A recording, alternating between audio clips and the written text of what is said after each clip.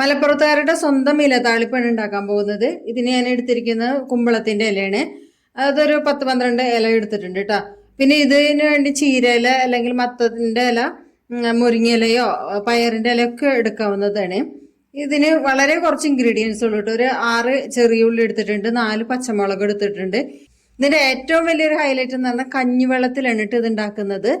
അപ്പൊ ഇത്ര ഇൻഗ്രീഡിയൻസ് ഉള്ളൂ. ഈ ഇലകളൊന്ന് കട്ട് ചെയ്തെടുക്കുക. ഉള്ളി ചെറുതായിട്ട് കട്ട് ചെയ്തെടുക്കണം, പച്ചമുളക് നീളത്തിൽ കട്ട് ചെയ്തെടുക്കണേ. പാൻ ചൂടായി വന്നതിലേക്ക് ഒരു 2 ടേബിൾ സ്പൂണ് വെളിച്ചെണ്ണ ഒഴിച്ചു കൊടുക്കുക. ചെറിയ ഉള്ളി,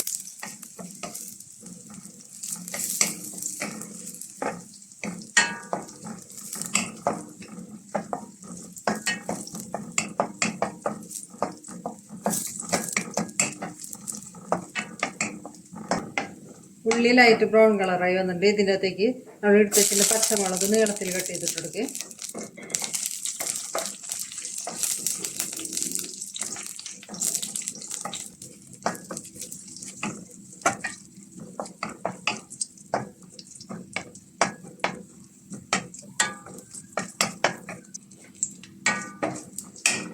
ഉള്ളിയെല്ലാം നല്ലോണം മൂത്ത് വന്നിട്ടുണ്ട്.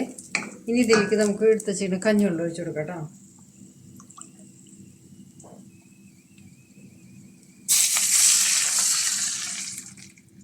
രണ്ട് കപ്പ് ഒഴിച്ചെടുത്തിട്ടുണ്ട്. ഇതിൻ്റെ അകത്തൊരു 1/2 ടീസ്പൂണിൽ താഴെയാണ് കേട്ടോ ഉപ്പിട്ട് കൊടുത്തിരിക്കണം. കാരണം ഇലക്കറിയിൽ ഉപ്പ് പെട്ടെന്ന് എടുത്ത് കാണിക്കും, അപ്പോൾ അതുകൊണ്ട് കുറച്ച് ഉപ്പിട്ട് കൊടുത്താൽ മതി.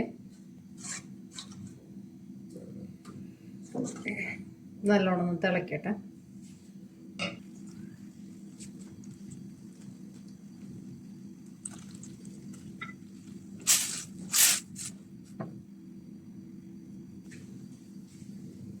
കഞ്ഞിവെള്ളം തിളച്ച് വന്നിട്ടുണ്ട്. ഇതിൻ്റെ അകത്തേക്ക് നമുക്ക് കട്ട് ചെയ്തിരിക്കുന്ന ഇലകൾ ഇട്ട് കൊടുക്കുക.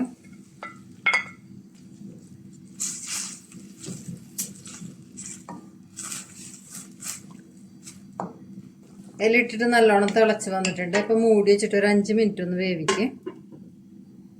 5 മിനിറ്റ് ആയിട്ടുണ്ട്, നമുക്ക് നോക്കാം കേട്ടോ.